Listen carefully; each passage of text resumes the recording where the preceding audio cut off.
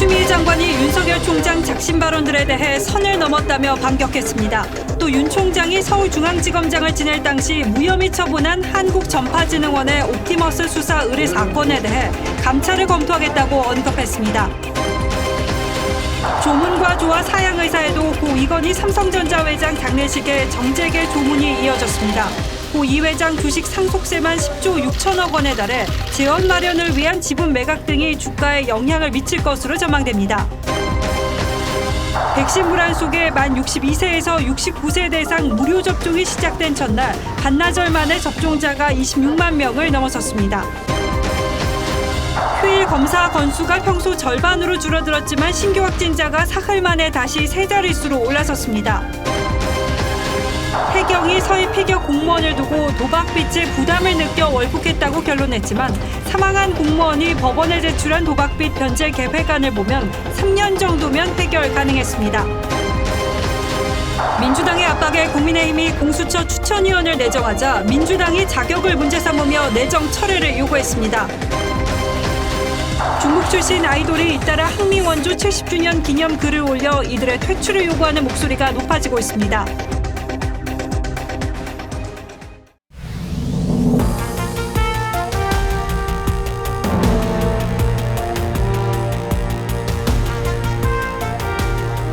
안녕하십니까. 뉴스9의 신동욱입니다. 추미애 법무장관이 국감장에 나와서 지난주 윤석열 검찰총장의 발언에 대한 반박 발언을 쏟아냈습니다. 추미애의 역공인 셈이죠. 오늘 뉴스9은 추 장관의 발언을 자세히 살펴봐드리고 그 의미도 분석하겠습니다. 추 장관은 일단 윤 총장의 국감 발언이 선을 넘었다고 했습니다. 윤 총장이 사실상 정치 행위를 하고 있다는 뜻을 내포한 발언입니다. 누구 말이 옳고 그런지를 떠나서 법무장관과 검찰총장의 관계가 그야말로 선을 넘은 듯합니다. 오늘은 이태희 기자가 먼저 보도하겠습니다. 2주 만에 다시 국감장에 나온 추미애 장관은 작심한 듯 윤석열 총장에 대한 비판을 쏟아냈습니다. 정치적 중립을 지켜야 될 검찰총장으로서는 선을 넘는 발언이 있었다.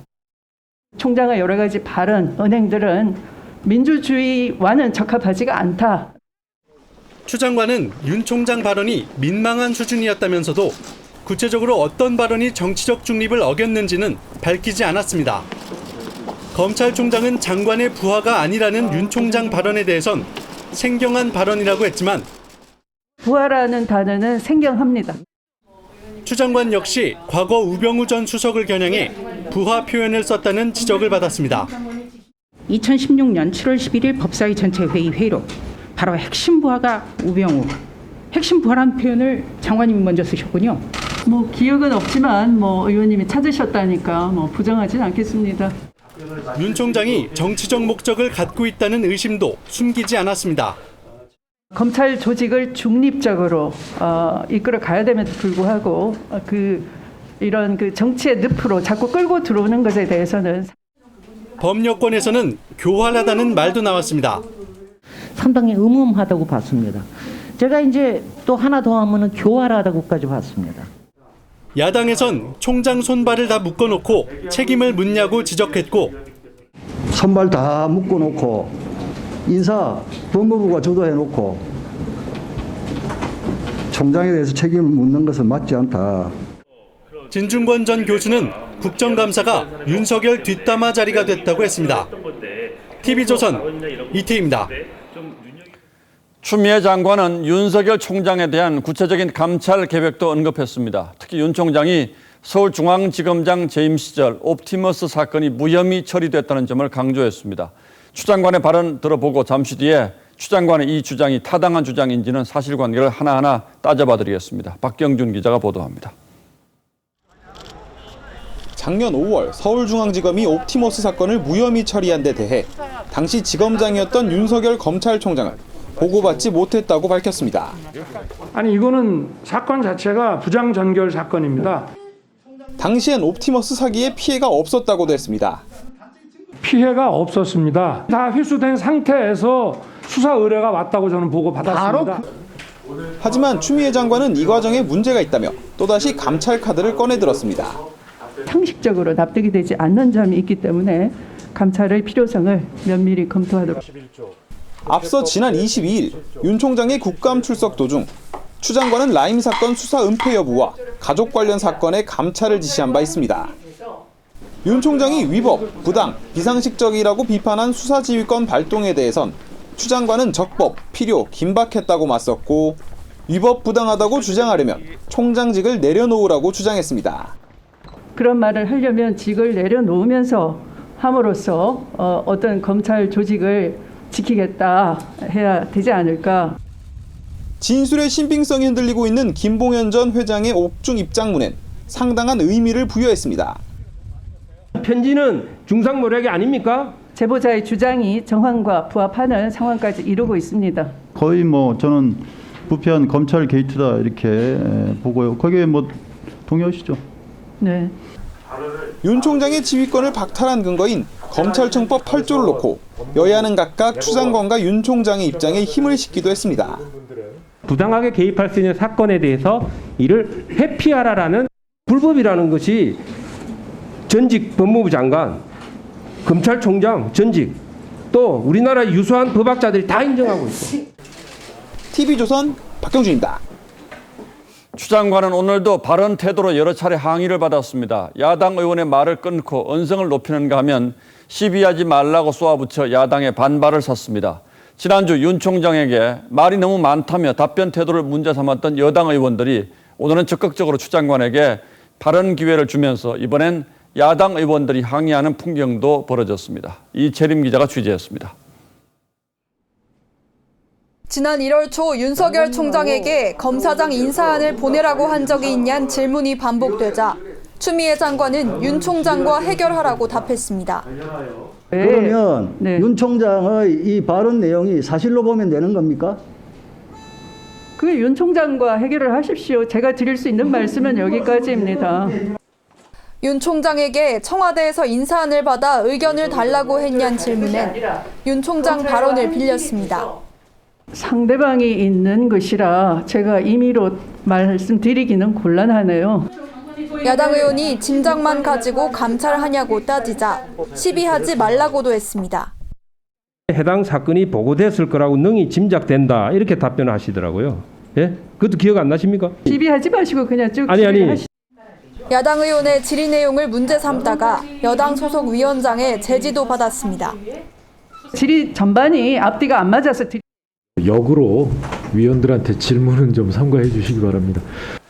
사퇴 의견이 높은 여론조사 결과를 제시했을 땐 날새운 농담으로 맞섰습니다. 의원님도 장관 한번 해보십시오. 도대체 왜? 야당 의원이 해당 발언을 비틀어 지적하는데도 꿋꿋하게 맞서자 멋쩍은 웃음이 터지기도 했습니다. 또 다른 도전의 목표에 꿈을 심어주셔서 참 우리 추미애 선배님께 감사를 드립니다. 응원하겠습니다. 많이 지도해 드릴게요. 여당 의원들은 윤 총장 국감 당시 말이 너무 길다고 불만을 토로했었는데 하나를 물으면은 10개를 답을 합니다. 오늘은 반대로 야당에서 불만이 나왔습니다.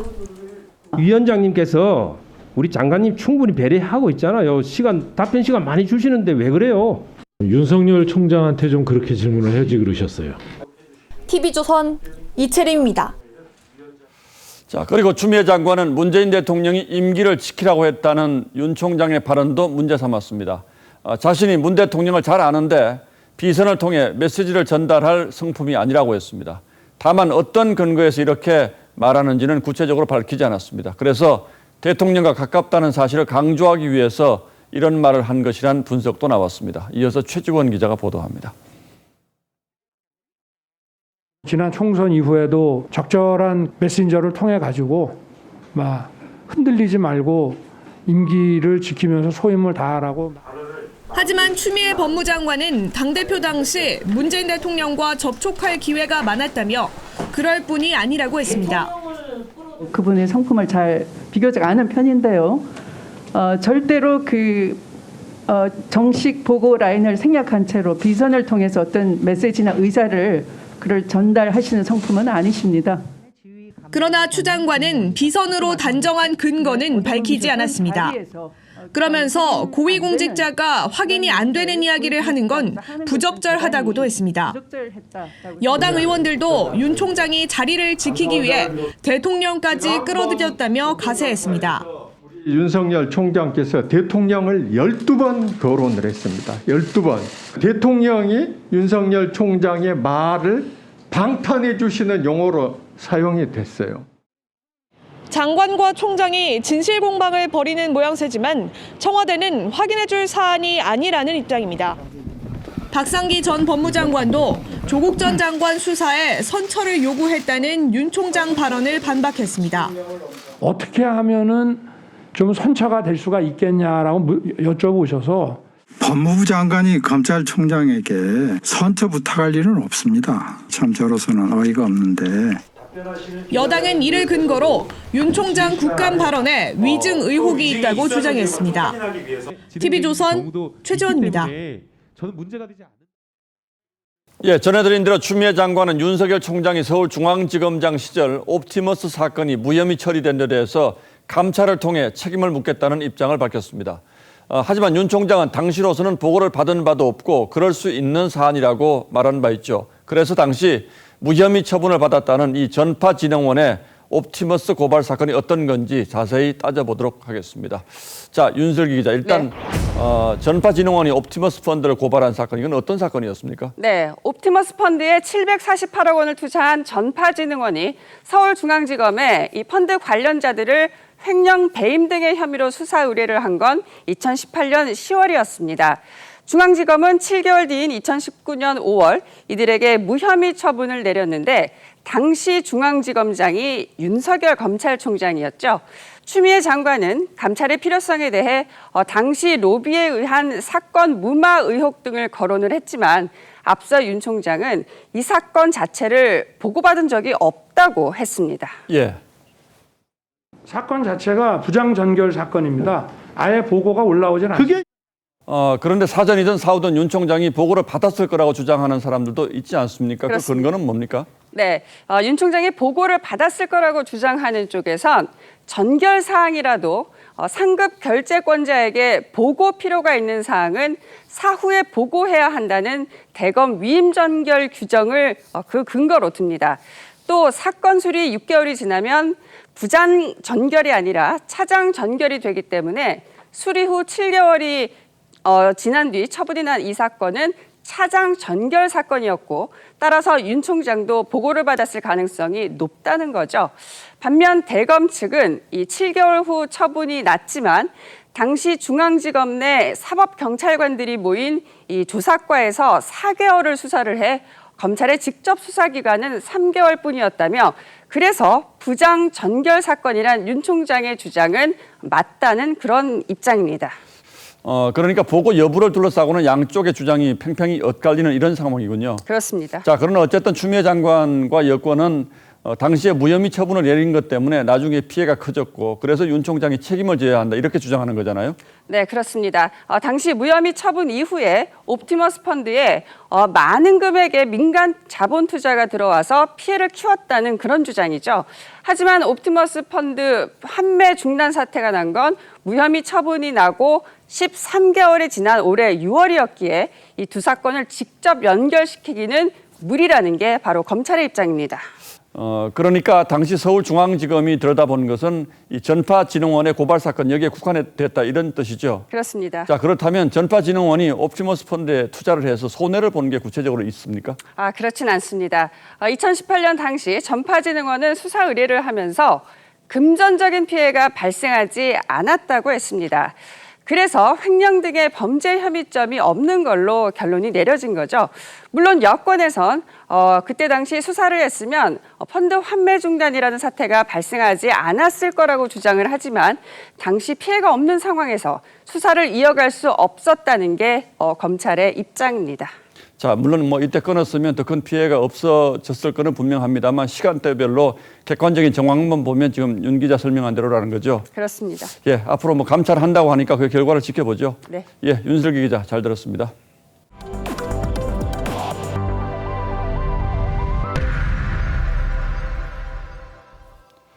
예, 지금부터는 어제 타계한 삼성 이건희 회장 관련 뉴스로 이어가겠습니다. 이건희 회장의 장례식은 고인과 가족들의 뜻에 따라 비공개 가족장으로 치러지고 있습니다. 조화도 사양하고 조문도 최대한 자제해달라고 밝혔습니다만 지금도 정재계 인사들의 발걸음이 끊이지 않고 있습니다. 장례식장에 저희 취재기자가 나가 있습니다. 자, 이태영 기자. 네, 삼성 서울병원에 나와 있습니다. 일반인 조문은 여전히 받지 않고 있습니까?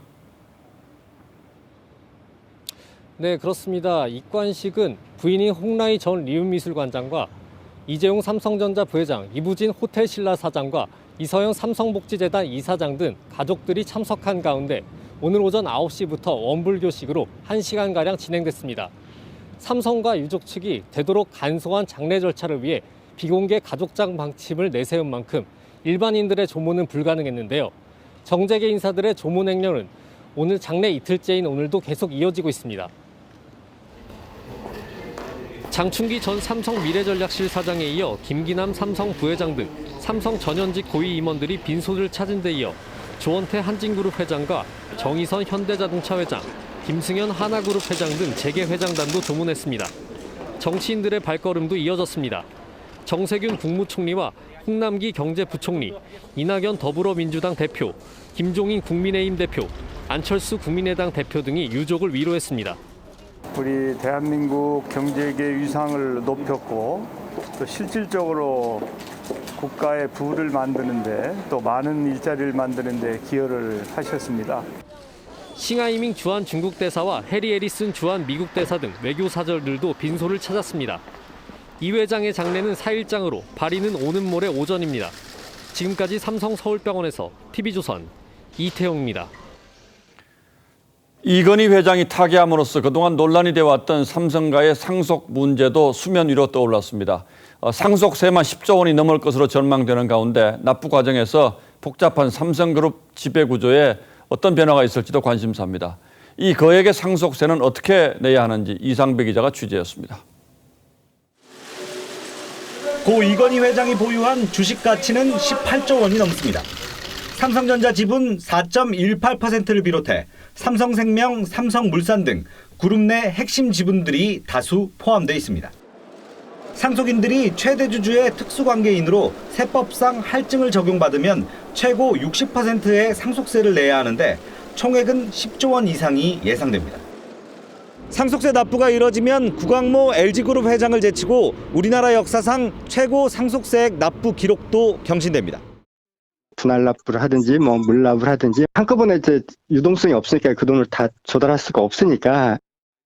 LG 구광모 회장의 경우 연이자 1.8%로 5년 분할 납부한 바 있습니다. 주식이나 부동산 등 자산 매각을 통한 납부 가능성도 대두됩니다. 증권가에선 상속 재원 마련을 위해 삼성전자나 삼성물산의 배당이 강화될 거란 예상이 나옵니다. 또 경영권에 영향을 덜 주는 고 이 회장의 삼성생명 지분과 삼남매의 삼성 SDS 지분을 처분할 가능성이 높다는 분석입니다. 사회 분위기 안에서 최적의 솔루션을 구하려고 할 텐데 전자하고 생명 뭐 그런 제일 중요할 거. 나머지는 처분해가지고 그거 가지고 실탄 마련해야 돼. 이 회장의 별세 소식 후 개장한 오늘 증시에서 삼성물산, 삼성생명, 삼성전자 등 삼성그룹 주가는 일제히 상승 마감했습니다.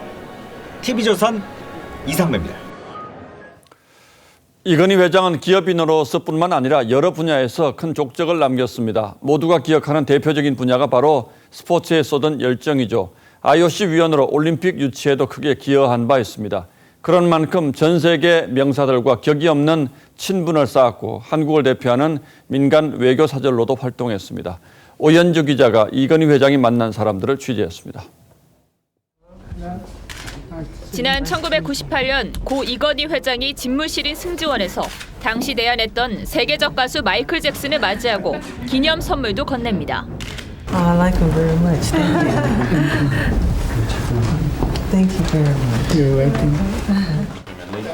세계적인 석학 엘빈 토플러 박사, 마이크로소프트 빌 게이츠 회장과도 만나 미래 변화를 위한 해안을 듣곤 했습니다. 컴퓨터 쓸지도 몰라, 내 자신은. 엘리자베스 2세 여왕, 중국 장쩌민 국가주석, 스페인 카를로스 국왕 등 해외 유력 지도자들도 두루 만났습니다. 1996년 IOC 위원으로 선출된 이 회장은 이듬해 올림픽 후원사로 나서며 스포츠 민간 외교관으로서 보폭을 넓히기 시작했습니다. 삼성은 국제 무대에서 세계적 기업들과 함께하는 것에 자부심을 느끼며 동계올림픽 유치를 위해 단독 사면을 받은 뒤엔 IOC 위원 100여 명을 찾아다니며 평창 지지를 호소했습니다.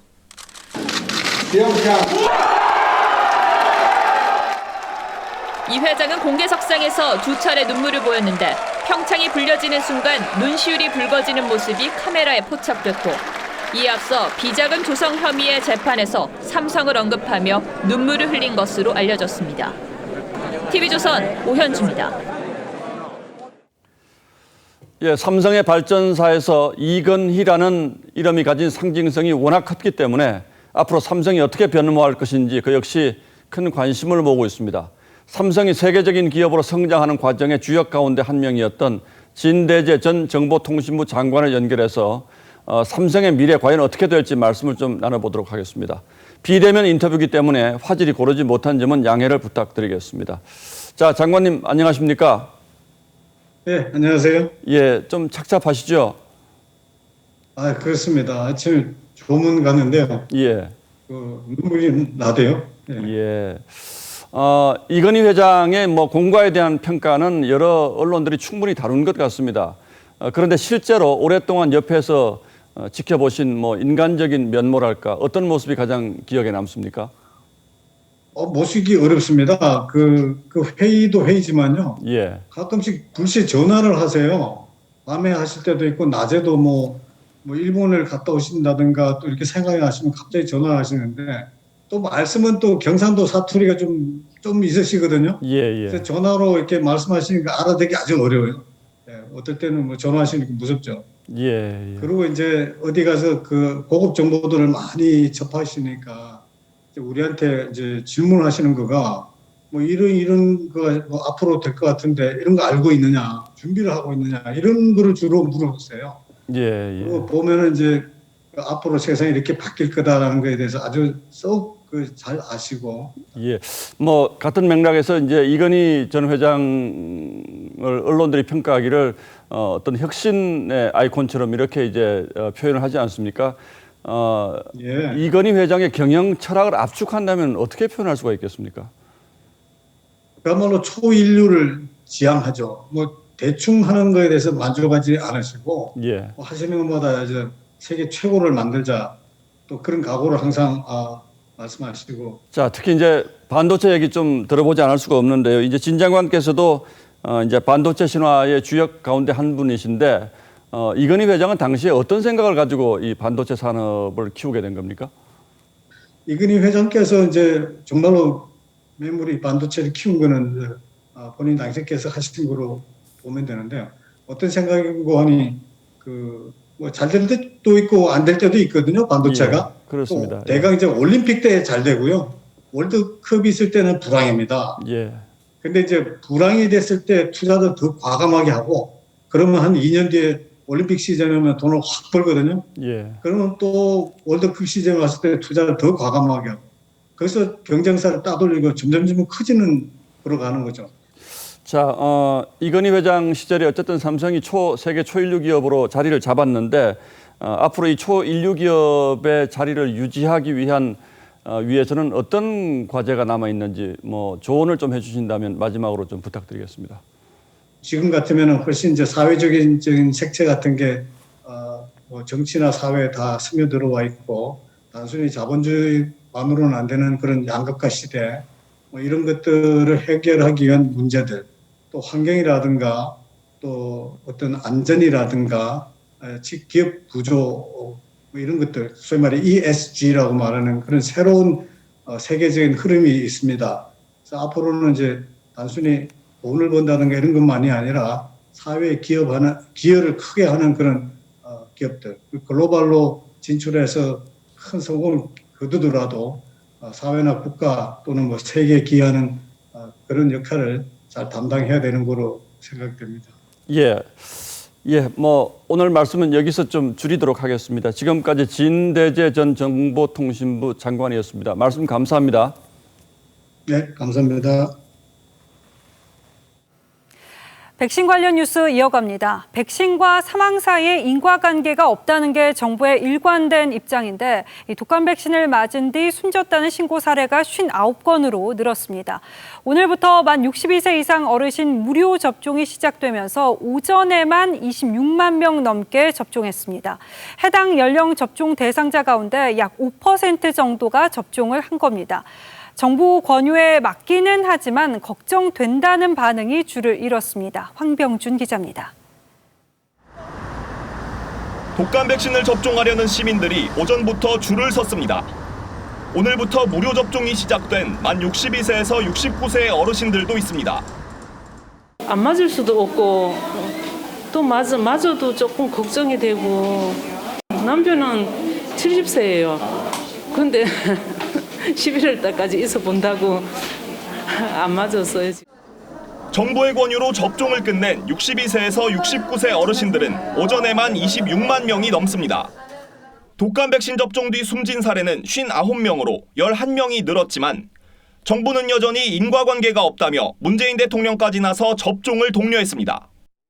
과도한 불안감으로 적기 접종을 놓침으로써 자칫 치명률이 상당한 독감에 걸리는 더 큰 위험을 초래하지 않기를 바랍니다. 접종을 중단했던 지자체들도 속속 접종을 재개했습니다. 그러나 싱가포르는 자국에서 사용하는 4종류 백신 가운데 국내 접종 후 사망자가 나온 것과 같은 2개의 백신 제품은 사용하지 말라고 권고했습니다.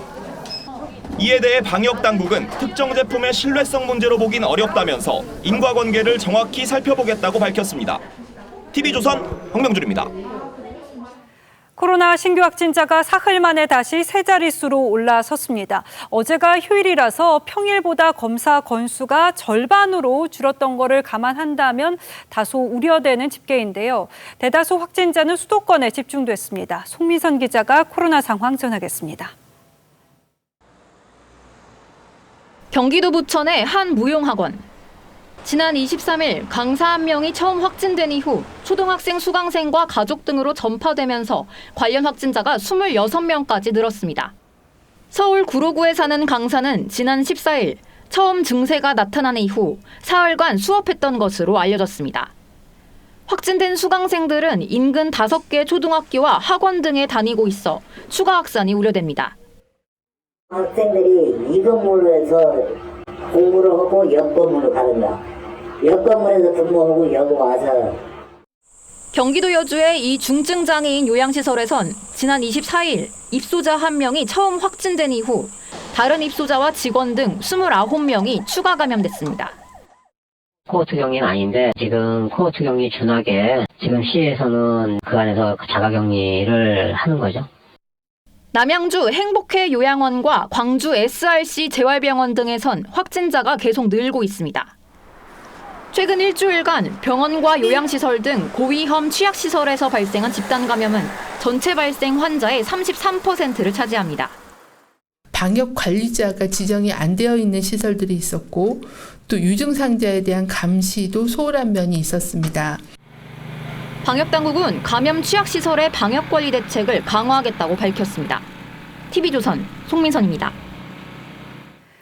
가을 꽃게철이 오면서 연평도 앞바다에 불법 조업을 하는 중국 어선이 늘어서 우리 어민 피해가 큽니다. 하루 평균 340여 척으로 코로나 여파로 이 퇴거 위주로 단속을 하다 보니까 지난해보다 한 2배 정도 는 건데요.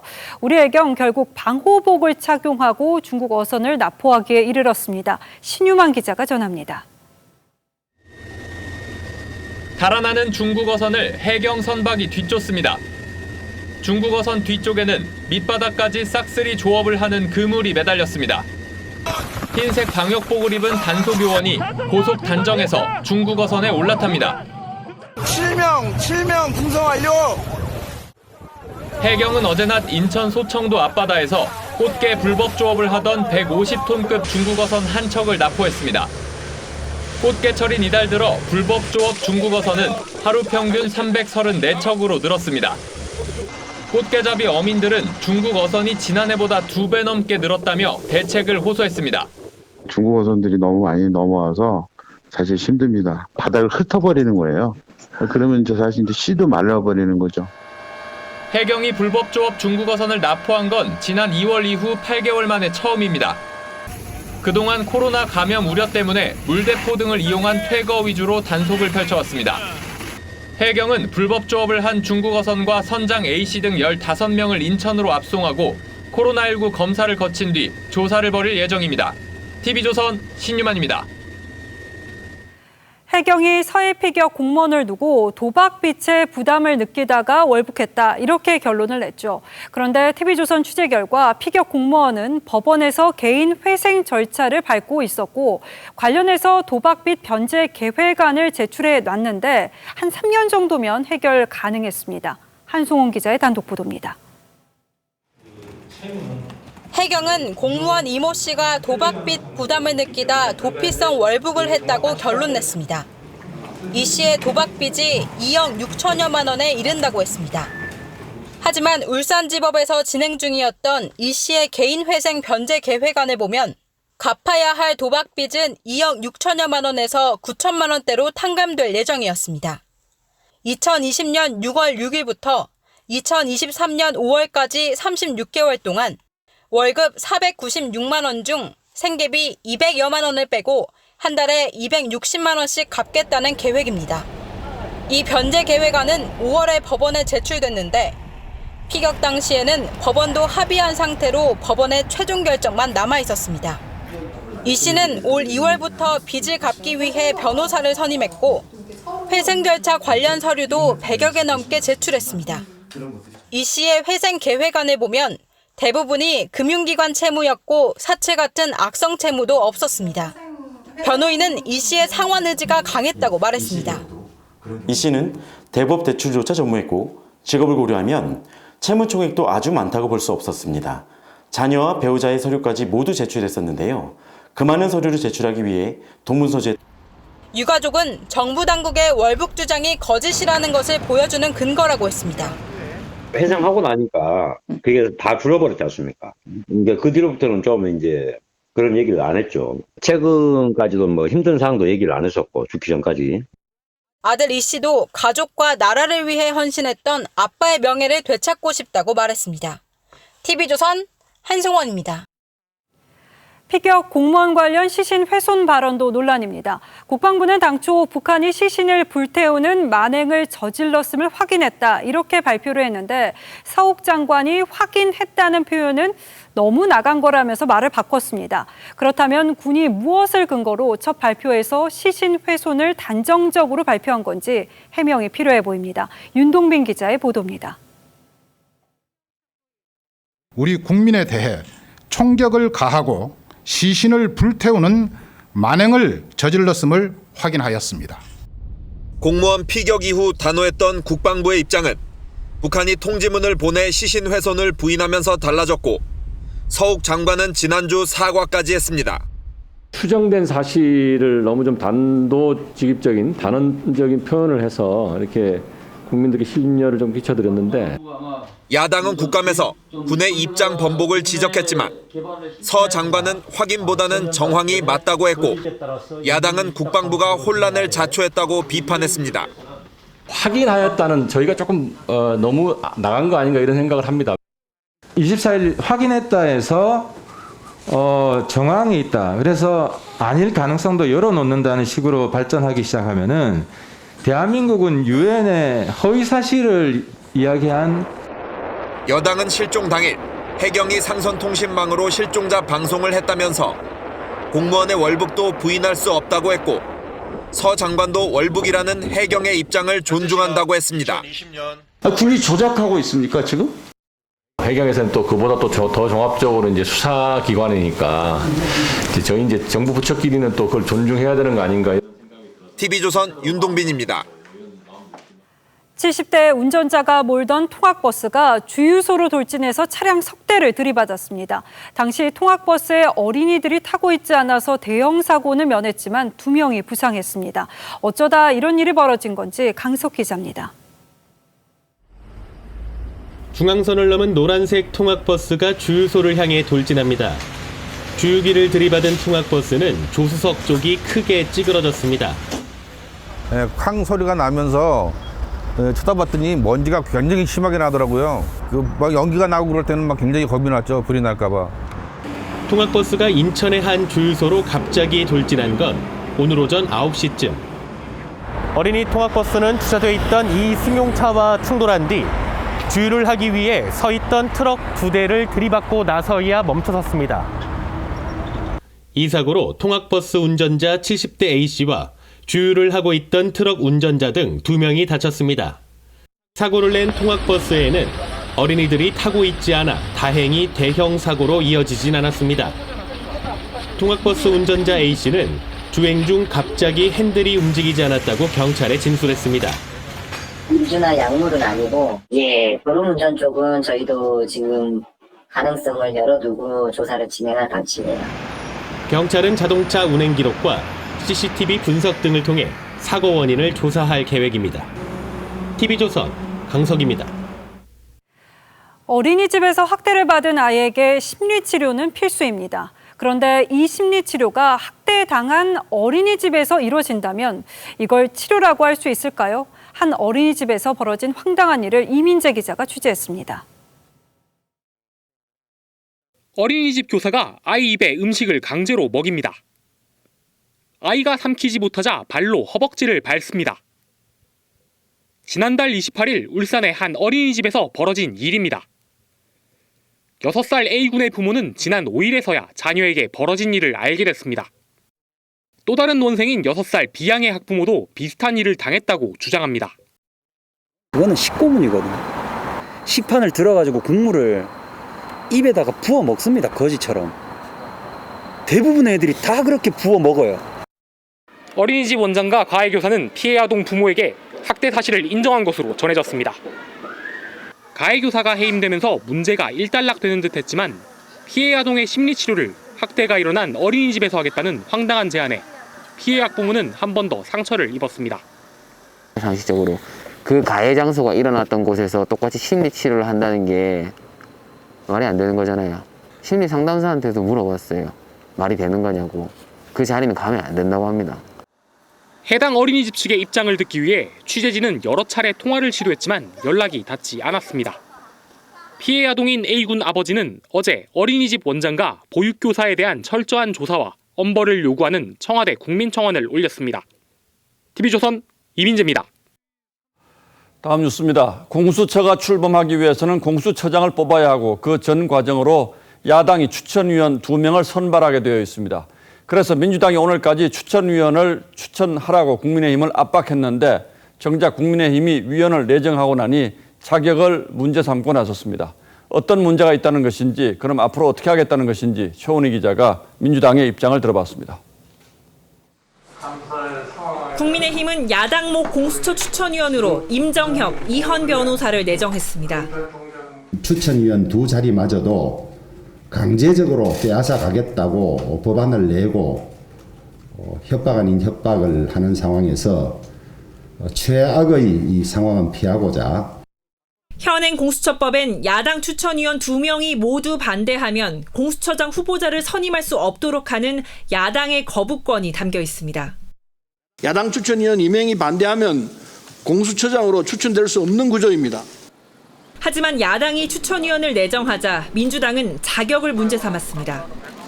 이현 변호사의 경우 세월호 특조위 부위원장 시절 조사 활동을 방해했다는 이유로 유가족에게 고발당해 부적절하다는 겁니다.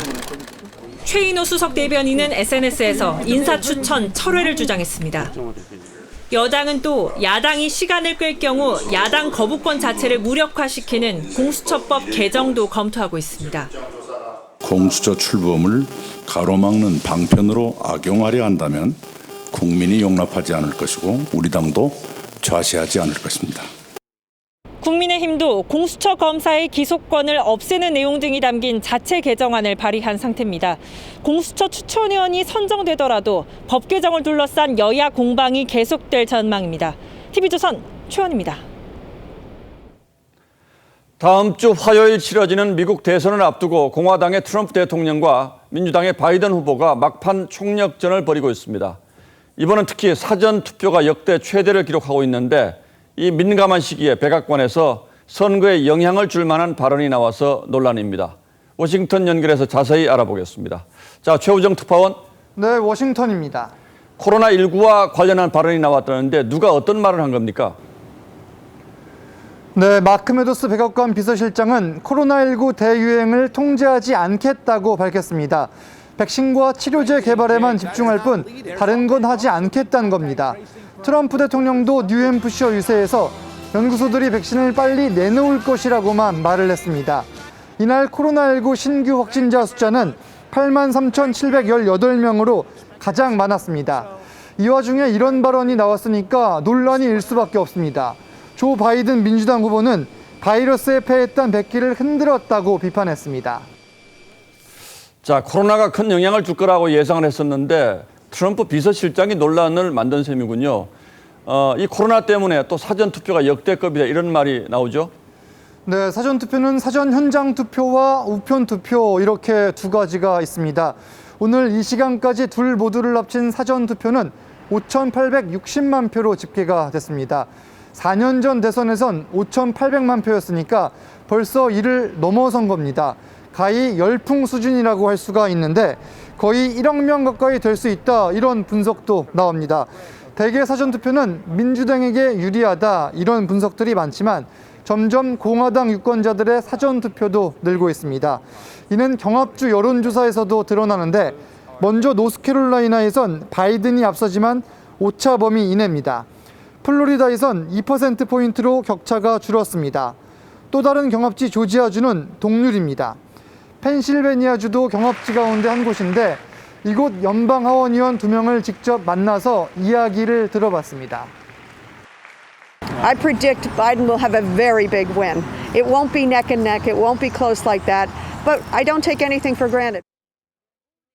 It's anybody's guess, you know, who would have predicted 2016? You just don't know. I mean, and that's the beauty of elections. 굳히려는 바이든, 추격하는 트럼프.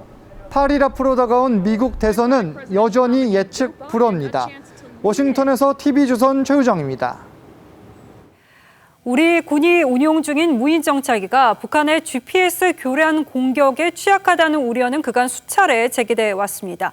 현재 우리 무인기에 군용 GPS가 아닌 민간 GPS가 탑재돼 있기 때문인데 그래서 감사원이 차세대 무인 정찰기에는 미국의 군용 GPS를 탑재하라고 지적하기도 했습니다.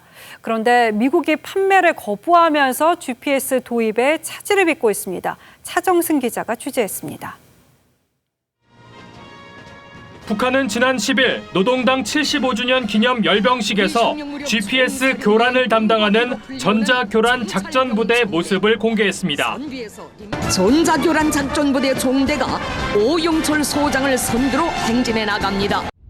북한은 2010년 이후 우리 항공기 2,100여 대에 GPS 교란을 시도했습니다. 현재 우리 군이 운용 중인 무인 정찰기엔 민간 GPS가 탑재돼 북한의 교란 공격에 취약합니다. 이에 따라 군은 내년까지 1,500억 원을 들여 차세대 군단급 정찰 무인기를 도입할 예정인데 북한의 GPS 교란을 막아낼 군용 GPS 확보 방안을 마련하지 못해 난관에 부딪혔습니다. 감사원은 지난해 차기 군단급 무인기에 군용 GPS를 장착하는 방안을 마련하라고 통보했던 걸로 전해졌습니다. 미국의 군용 GPS를 들여오는 방안이 첫 번째 대안이지만 미국은 무기기술 수출을 통제한다는 이유에서 수출 승인을 거부하고 있습니다. 결국 군은 민간 GPS를 업그레이드해 전력화를 추진 중인데 군 내부에선 민간 GPS가 군용에 비해 성능이 떨어지며 무인기가 북한에 탈취될 수 있다는 우려까지 나옵니다. 민용 GPS는 실제로 누구든지 쓸 수 있기 때문에 재밍하는 데는 당할 수가 없습니다. 그래서 이런 GPS는 무용지물이 될 수 있고 방위사업청은 국내 개발 민간 GPS도 항재밍 기술이 적용됐다며 북한의 GPS 교란에 대책을 더 보완하겠다고 했습니다. TV조선 차정승입니다.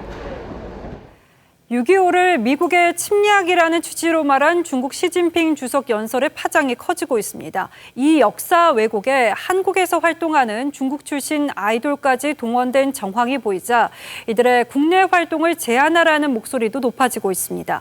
미국 국무부 대변인도 시 주석의 연설을 정면 반박하는 입장을 냈는데 반면 우리 정부의 대응은 소극적이라서 비판이 나옵니다. 오늘의 포커스입니다. 베이징에서 열렸던 중국의 한국전쟁 참전 70주년 기념식. 중국은 자신들이 미국의 침략을 막고 북한을 도왔다는 의미로 6.25를 항미 원조 전쟁으로 부르고 있죠. 伟大的抗美援朝战争抵御了帝国主义侵略扩张. 그런데 이 왜곡된 주장에 중국 출신 국내 아이돌 그룹 멤버들까지 나섰습니다.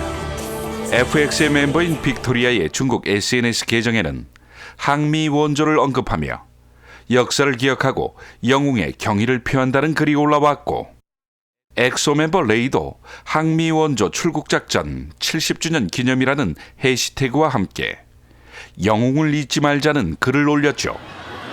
K-팝 그룹으로 인기를 누려놓고 이 같은 주장을 펴는 그들을 향해 한국에서 활동할 수 없도록 제재해야 한다는 청와대 국민청원까지 올라왔습니다.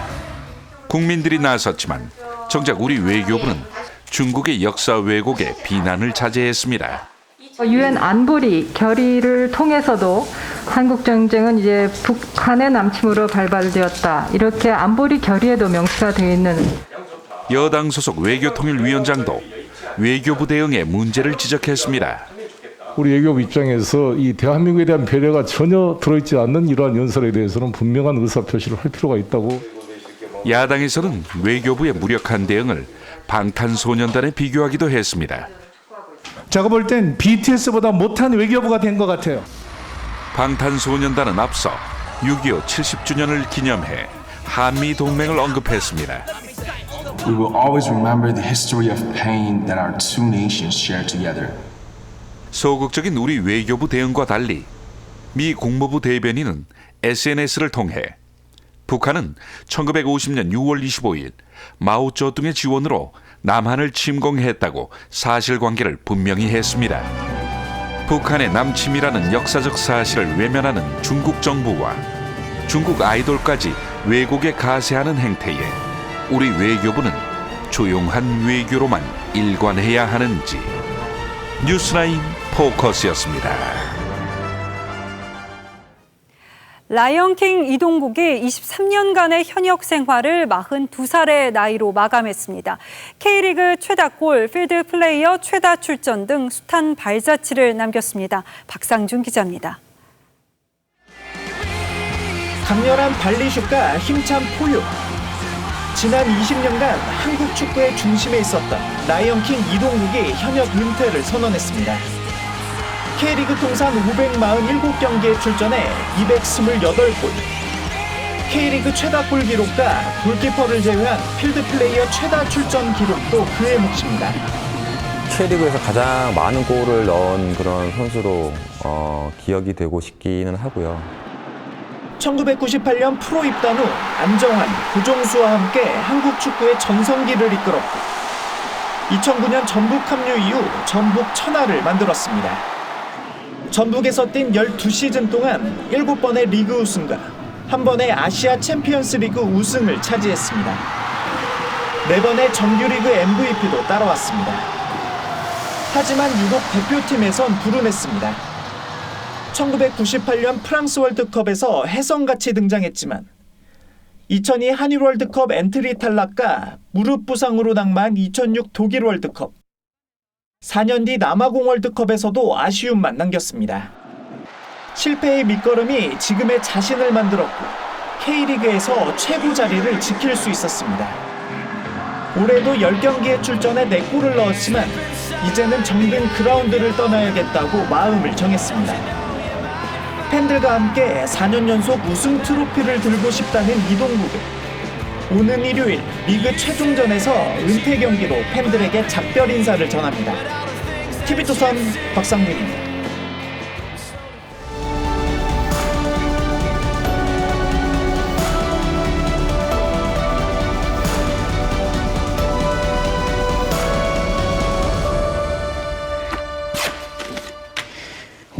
couldn't get, huh? The one you couldn't get. 카지노 부호 알 파치노가 삼성 휴대폰을 지켜세웁니다. They probably lied, Samsung. You get reception? Not with this phone. 그런가 하면 흥행대작 매트릭스는 협찬 간접 광고로 1편에 노키아 휴대폰을 등장시켰다가 2편에서 삼성으로 바꿨습니다. 그런데 스파이더맨이 뉴욕을 달아다니는 장면에 삼성 광고판이 7초 동안 비치는 것은 광고가 아니었습니다. 예전 영화 속 메이드 인 코리아 이미지를 생각하면 그야말로 금석지감이죠. Turn this thing over, it'll probably say made in Korea. There's my baby right there. A Daewoo? Man, I know people. I can't be seen in this thing. 그랬습니다. 산업화 시대 메이드 인 코리아는 싸구려 이미지를 면치 못했습니다. 인류 1등이라는 호칭은 우리 몫이 아닌 줄 알았습니다.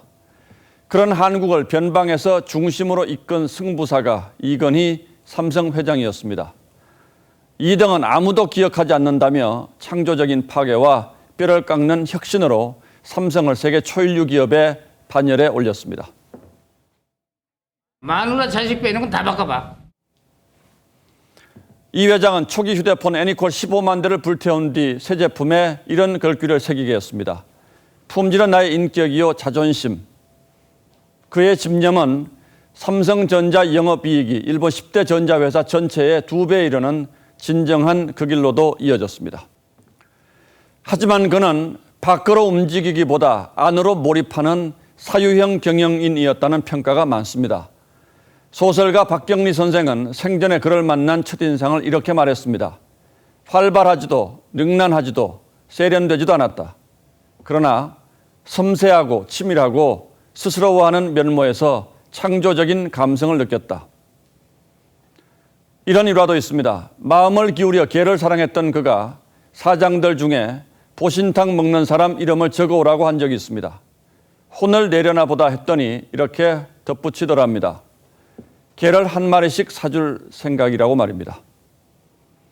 그의 내면을 들여다본 사람들은 그가 겉으로는 차갑지만 안으로 따스하다고 전합니다. 늘 곁에 뒀던 선대 이병철 회장의 휘호, 공술의 공수거처럼 그가 빈손으로 떠났습니다. 그가 남긴 어록 중에 하나만 꼽으라면 저는 이 말을 들겠습니다. 기업은 2류, 관료는 3류, 정치는 4류. 1995년 베이징 특파원 간담회에서 남긴 말입니다. 벌써 25년 전이죠. 그렇다면 지금 이 시대는 어떠냐고 떠나는 그를 붙잡고 묻고 싶습니다. 10월 26일 앵커의 시선은 이건희였습니다.